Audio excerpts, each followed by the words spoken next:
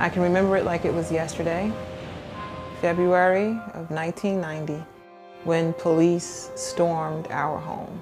We heard the banging on the side door, and the officer said to me, "Your neighbors reported a gas leak." When they came in, they were yelling and screaming and pointing guns at us. It was traumatic. It was scary. It was like something out of a movie. The police found marijuana. The next day, my mother turned herself in. They found less than 2 ounces, and my mother said that it was for her personal use. Now today, marijuana is legal. Cannabis is legal. And those scars still exist.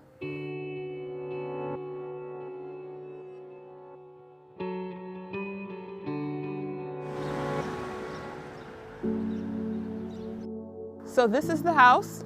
This is where the raid happened. Nafeesah Goldsmith was 12 years old when the war on drugs approached her doorstep. America's public enemy number one in the United States is drug abuse. Marijuana, pot, grass, whatever you want to call it, is probably the most dangerous drug in the United States, and we haven't begun to find out all of the ill effects.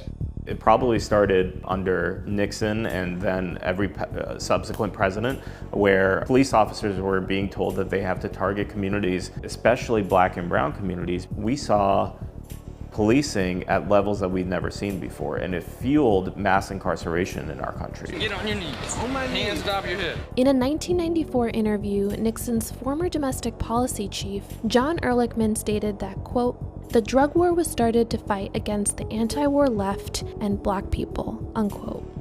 The war on drugs definitely still exists today, right? We are seeing people being arrested at record numbers for drug crimes in New Jersey and beyond. In 2019, drug offenses were the leading cause of arrests in the country. Over a third of the arrests were marijuana related.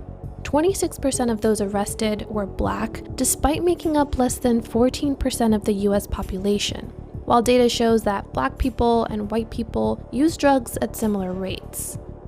Our lives changed in many ways. My mother wasn't able to progress economically with employment, nor was she able to get better housing. Nafeesah says the charge her mother faced changed the trajectory of her life. Some people wouldn't believe that these were prison photos because we were really posing. My path that I took, it was one that was born out of rebellion. On that day in February, the rebellion was born. At 21, she was arrested with friends for kidnapping and robbing a motel owner. She served more than 12 years in prison. I would send these home to my mother. Come a long way. And now we're here. We can't stop now. We can't stop. After Nafeesah was released from prison, she earned a college degree and later became a criminal justice advocate. We are not here to just stand up. We are here to shut it down. Stories like that of Nafeesah's family have inspired a movement to challenge lawmakers in states that are legalizing marijuana, to also consider efforts to repair the damage to communities affected by the decades of racially disproportionate marijuana arrests. Okay, little girl. New Jersey's broken and indefensible marijuana laws, which disproportionately hurt communities of color, are no more. In February 2021, New Jersey legalized recreational marijuana.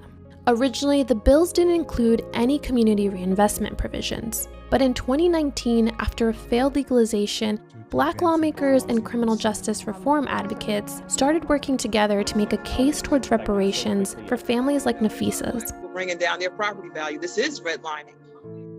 The people who make the laws are not usually the ones who are directly impacted by the effects of the laws that they create.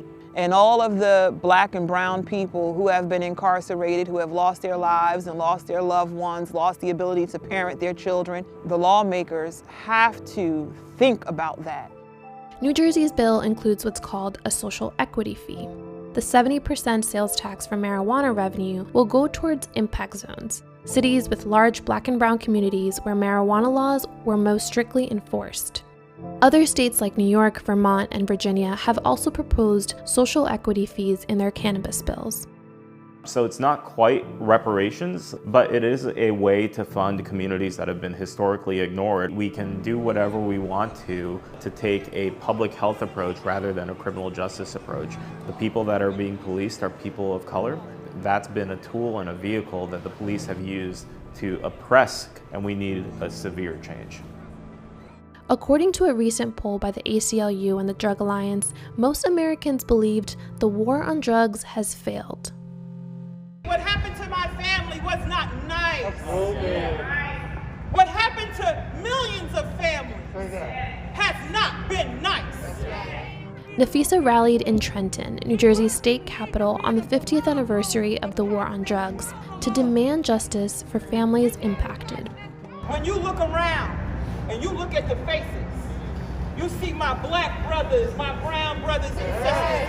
We are here to take back our communities. I am demanding that this war on us, this drug war, be abolished. How dare you?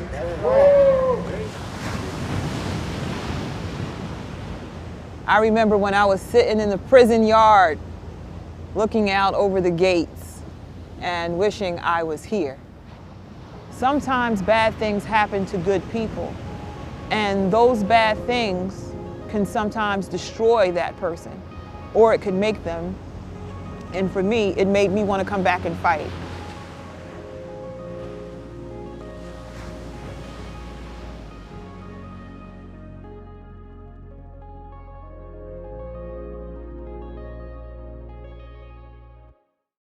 Hey, NBC News viewers, thanks for checking out our YouTube channel. Subscribe by clicking on that button down here, and click on any of the videos over here to watch the latest interviews, show highlights, and digital exclusives. Thanks for watching.